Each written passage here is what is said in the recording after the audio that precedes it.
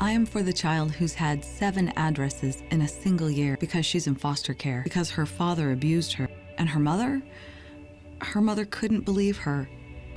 She is the child I am for.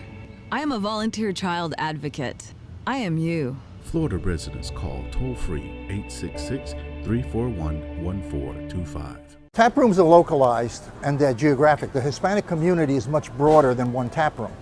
So what we decided to do was come out with a high-quality craft beer, 2 high-quality craft beers that appeal to the Hispanic taste and that we can distribute in all the Hispanic neighborhoods. Taino is a very light, refreshing beer. It's a social beer that you can drink probably for a good part of the evening, and it'll give you a nice light feeling. It's not a heavy beer, it's very airy, and it's very light. It's a 4.5 alcohol, which is low for beer. The Boricua is a 6.0. Now that's a stronger beer, and we designed it to be a little bit stronger than Heineken. Heineken is a favorite in the Hispanic community, so we have a little bit more muscle than Heineken. Boricua right now, in a very short amount of time, it's been a miracle for us because we've gotten a large range of acceptance at the retail level. We're in Publix, we're in ABC, Target is picking it up, we're in Sedano's, we're in Bravo's, 7-Elevens are picking it up because they're concentrating more on craft beer and the Hispanic market. So what we're trying to do is do a quality beer, a high quality beer, more taste, and that the Hispanic community will like.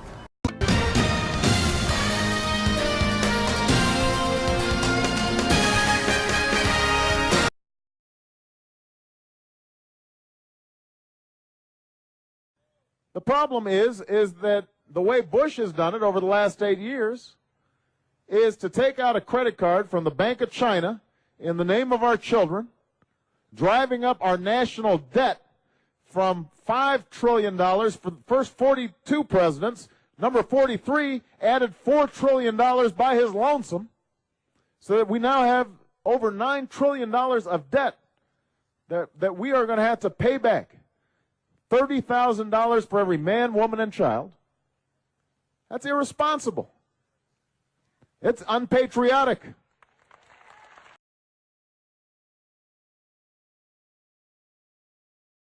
I am for the child who's had 7 addresses in a single year because she's in foster care, because her father abused her. And her mother couldn't believe her. She is the child I am for. I am a volunteer child advocate. I am you. Florida residents call toll-free 866-341-1425.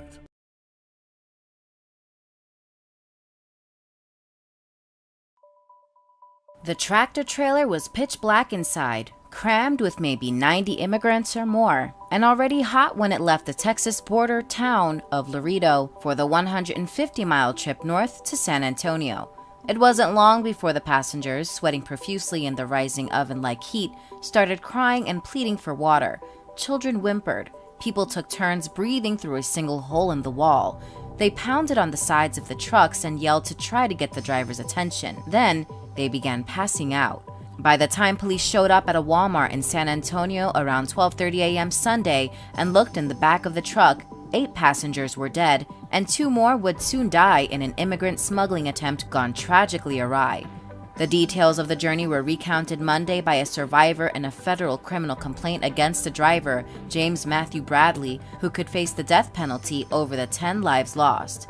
Bradley, age 60, of Clearwater, Florida, appeared in federal court on charges of illegal transporting immigrants for financial gain, resulting in death. He was ordered for another hearing on Thursday. He did not enter a plea or say anything about what happened, but in court papers, he told authorities he didn't realize anyone was inside his 18-wheeler until he parked and got out to relieve himself. In addition to the dead, nearly 20 others rescued from the rig were hospitalized in dire condition, many suffering from extreme dehydration and heat stroke. A number of those aboard were from Mexico and Guatemala. Many of the immigrants had hired smugglers who brought them across the U.S. border, hid them in safe houses, and then put them aboard the tractor trailer for the ride northward, according to accounts given to investigators. Bradley told investigators that the trailer had been sold and he was transporting it for his boss from Iowa to Brownsville, Texas.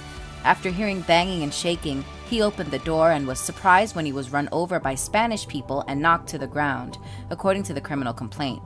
He said he did not call 911, even though he knew at least one passenger was dead. Bradley told authorities that he knew the trailer refrigeration system didn't work and the 4 ventilation holes were probably clogged. The truck was registered to Pyle Transportation Inc. of Shaler, Iowa. President Brian Pyle said that he had sold the truck to someone in Mexico and that Bradley was supposed to deliver it to a pickup point in Brownsville. I am for the child who's had 7 addresses in a single year because she's in foster care, because her father abused her, and her mother couldn't believe her. She is the child I am for. I am a volunteer child advocate. I am you. Florida residents call toll-free 866-341-1425.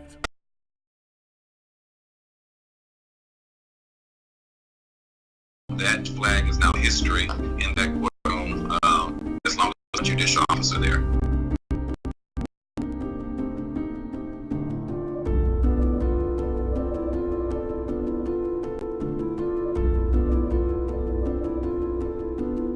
Most of the people that appear before me will be African Americans, and they need to feel that the courtroom is going to be a place they can get justice. That flag does not stand for justice with that Confederate emblem. It signifies that the state supports the sordid history of enslaving African Americans.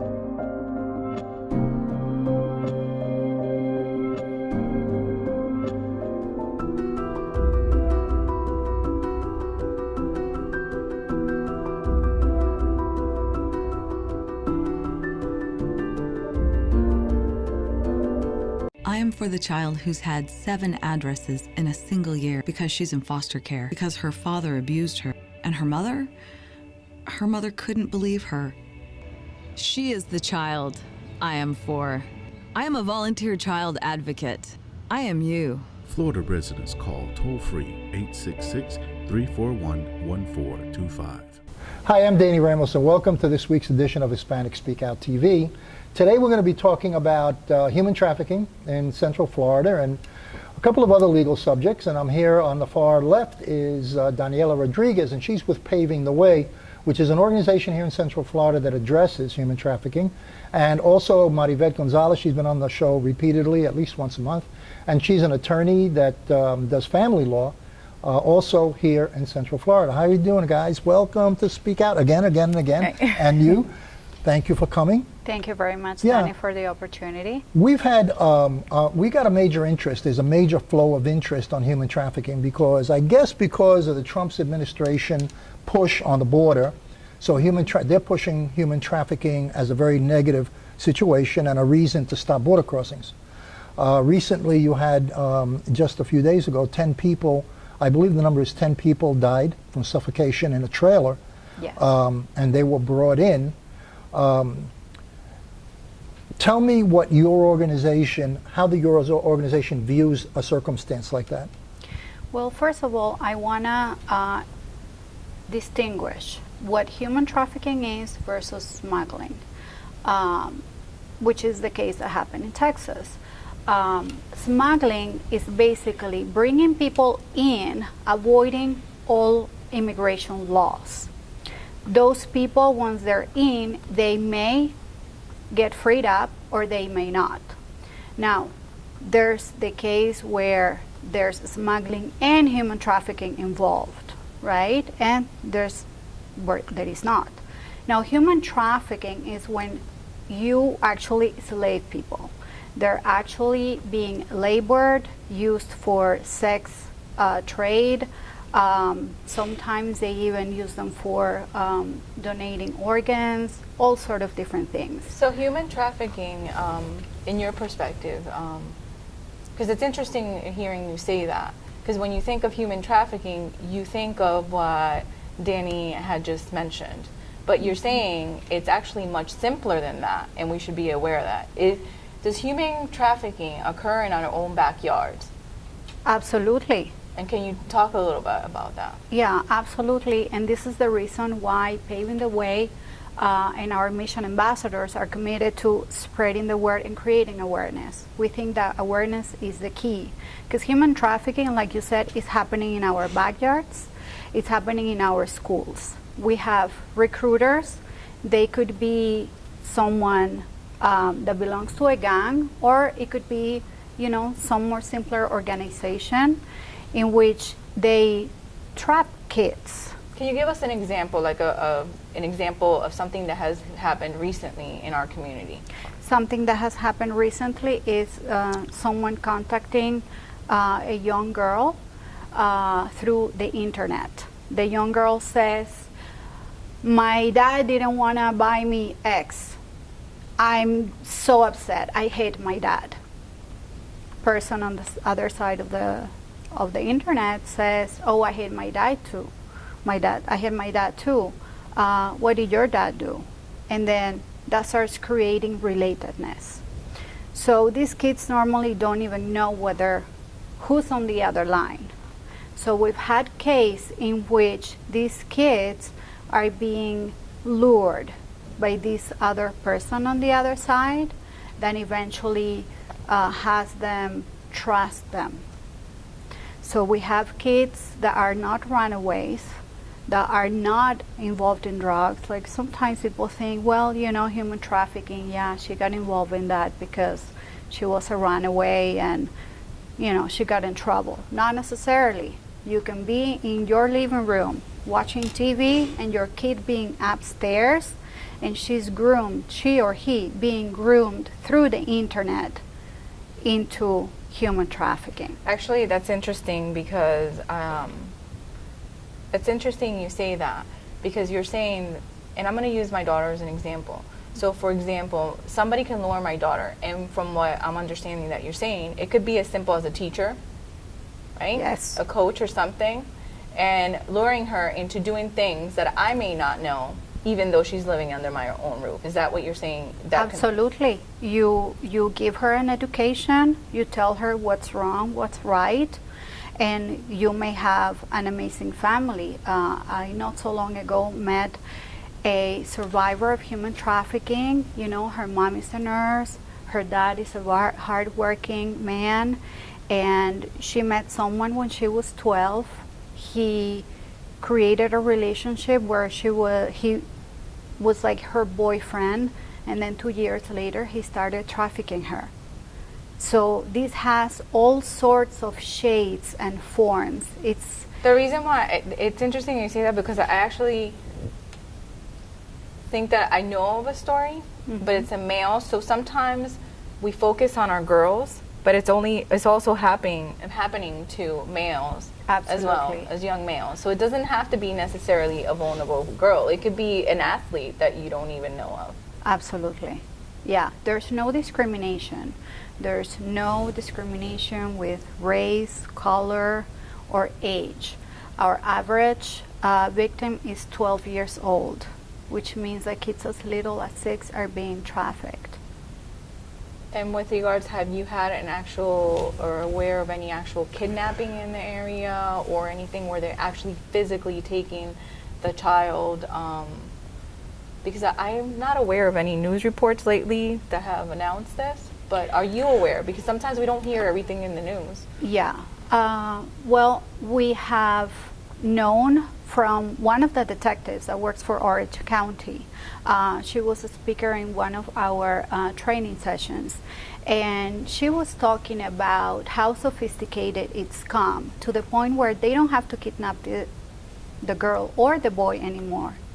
They trust these people, and there are cases where they have gone, the police have been tipped, hey, there's some suspicious movement in this hotel, and they go to find a young girl that lives with her parents. She goes normally to school and was supposed to be in an activity that afternoon.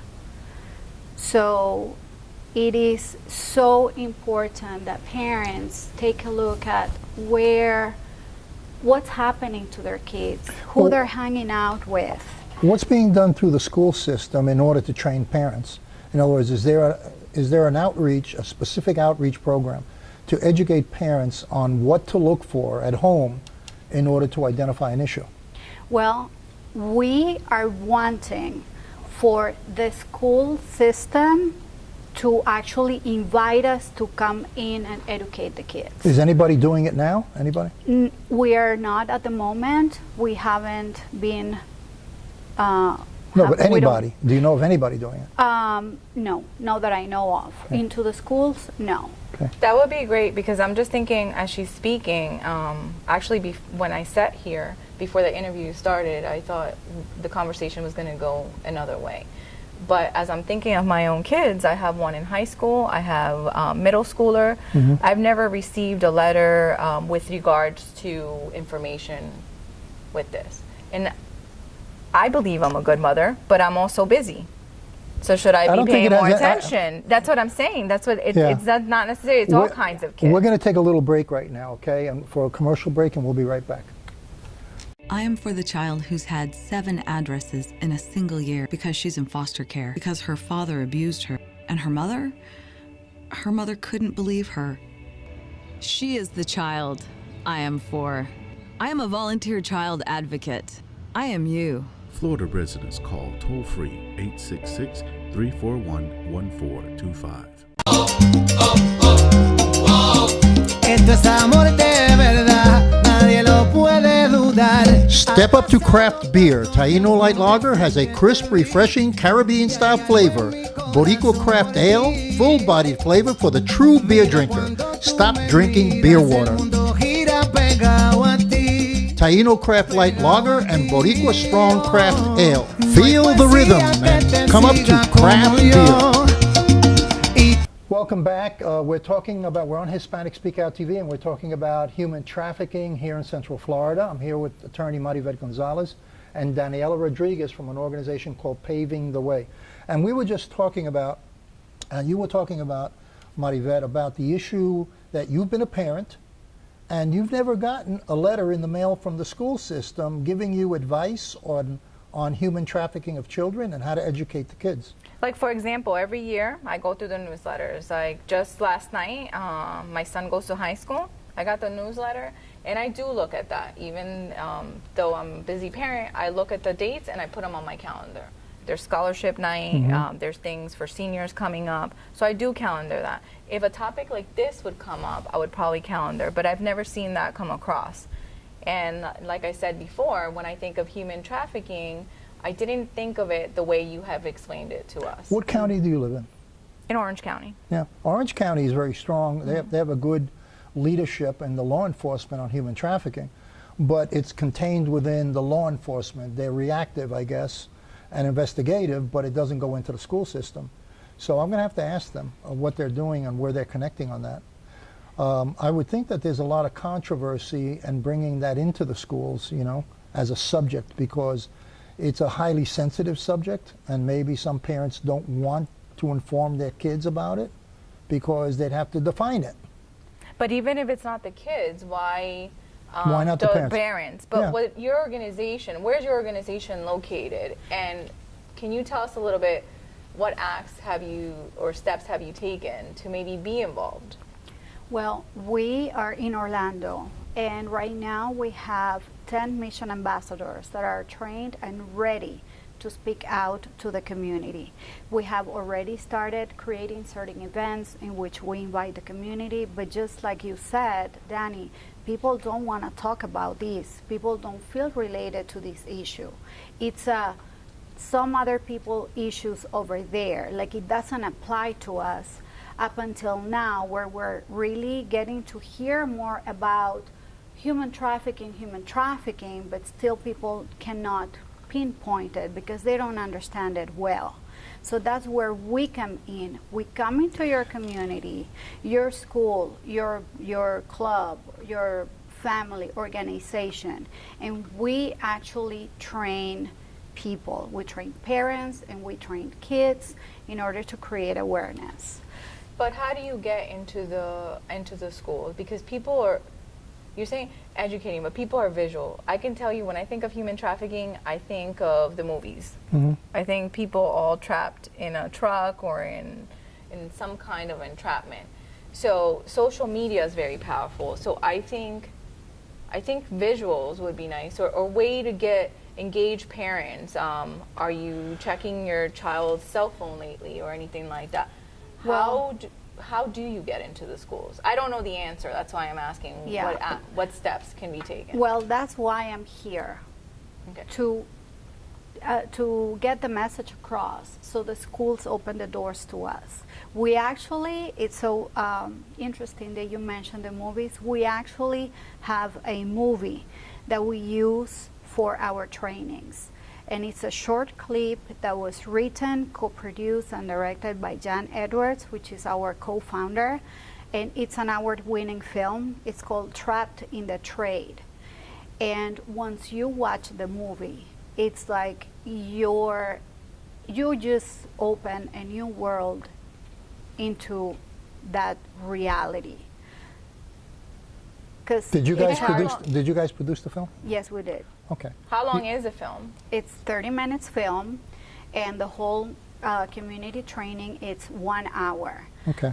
One of our mission ambassadors can come to your location. It can be done in English or Spanish, and we actually have the movie subtitled in Spanish in order to reach out as much people as possible. And the training, it lasts about 1 hour, and after the movie, we open to discussion. We talk about the signs, what to look for, what can you do as a community. So what do you look for? What would you tell our viewers to look for? The signs are the behavior of your child. Parents need to be the number one person watching their kids. You know, you can look for behavior, like if your kid has changed their style of clothing, if they're listening to a new style of music, if they have suddenly changed their group of friends, if they're now more anxious or secretive, all those kind of things. Then we have the ones that come up with no explanation of a new gift, or simply they're missing on activities. They're not showing up for school, they're not showing up for their afternoon activities. Those are things to look for. And one thing that is very important, monitor their internet and their social media, and always keep the passcode to their cell phones. Even if you own your own cell phone line and you give it to your child, but your child keeps the code and you don't have it, the police cannot get in the phone. And that was a very good piece of information that was given to us by the detective. Because sometimes they have parents bringing phones. Please, I need you to get in the phone. What's the passcode? Well, I don't have it. Well, I'm sorry, cannot get in the phone. So they cannot go in. You have to be in your kids' business, basically. And, you know, I think that once you educate the kids, there's this thing about them that it's, once they are educated, they'll watch out for each other. So I guess there's two differences, because if I'm thinking of my child, I would want to, and you mentioned the movie, I would want my child educated in a different way than I would want a parent educated, because I don't want my child to be paranoid either of life, right? Yeah. Because there's the good and the bad, and I don't want them to stop living, simply put. But the parents, I think they need to be educated, and that 30-minute video that you has your organization ever considered doing just a 1 minute, just to grasp people's attention, because people's attentions go very fast, and the 30-minute video that you are speaking about, it would require some kind of meeting or community organization. Well, you know what we can do, because you brought that up, Maribel. At the conclusion of this segment, which is Hispanic Speak Out TV, will air the 30-minute after this show. That's great. Okay, so this show will close at 10 o'clock, and then at 10 p.m. we're going to air the 30-minute video as soon as the show is over. And is there anywhere you can share it in social media? You can ask other people to share it? Well, the thing is that we have a specific training. Okay, like you said, like you said, you don't want your kids having a different experience than the parents, right? So the training is specifically designed. We didn't just come up with a movie. Okay. This movie is specifically designed for discussion, and there's an intention to it, whether our kids in the presentation or adults. So you're saying that the movie, and this is interesting because she's saying that the movie is good for both kids and adults. But now you're dealing, by me asking you, you're dealing with, I'm a parent, so not acting as an attorney, you're dealing with what my concerns as a parent would be. Yes. So even though I'm speaking to you right now and I'm open to listening, you see how I'm even concerned without watching the movie. Yeah. So that's what I'm saying. There has to be a way that you dispel those Well, fears. you know what I'd like you to do also is maybe we can work on a 60-second TV spot. We can edit it. If you don't have the resources, we have the resources. Yeah. And we have create a it. trailer Okay. for the movie. Okay. And that's what we use Oh, well, that's great. for kind of like Yeah. getting the message out. Yeah. And I also see that you're dealing with what could be, with the schools, a highly politically sensitive Yes. situation. Because you're going to create a stir of people that are pro and con. And the worst thing that a superintendent wants is a bunch of parents calling saying, I don't want this, and a bunch of parents calling, I want this. So I think there's a great political sensitivity to the school system, so I can see that you are going to get resistance from the school system to go in, actually go in officially and do Yes. a program. look, our main focus is to educate our Yeah. children. So we're willing to listen to your concerns, and we're willing to work with you towards what's best for the kids. That's our goal. Our goal is not the movie. The movie was created for a purpose so that people could get related to what's really happening. Okay. But we'll listen. You know, you invite us to the table, we'll bring what we have, and we just work together, because this is, your concerns are my concerns, right? And so everything we're doing is to the benefit of the children, to the benefit of our society. Well, we've run out of time. This is Danny Ramos on Hispanic Speak Out with Maribel Gonzalez and Daniela Rodriguez talking about human trafficking. We are now going to our segment news section of the program. And again, at 10 p.m. tonight, we're going to air the human trafficking movie that Daniela referred to. So stay tuned after the show is over.